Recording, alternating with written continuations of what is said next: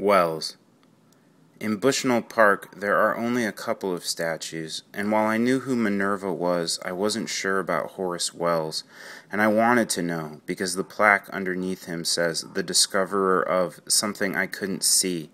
and I didn't think anyone in Hartford had ever discovered anything except for guns and drugs, and when I looked him up I found out I was right, because the thing Horace Wells discovered was anesthesia at some kind of show where a bunch of people inhaled nitrous on stage and then ran around like idiots, and when one of them hurt his leg he kept running and seemed to feel nothing, and Wells, who was a dentist, thought maybe he could use this, so he got some nitrous and put himself under and had a tooth pulled without any pain, which he thought would make him famous, so he went to Boston to put on an exhibition and called someone out of the crowd to go under, but the man didn't breathe from the bag long enough and felt something and screamed, and everyone heard it, and no one else would volunteer, and no one wanted to believe Wells except for William Morton, who stole the idea using ether instead of nitrous and got patients and patents and a job at Harvard, and maybe Wells never knew it, but credit in the books goes to Morton,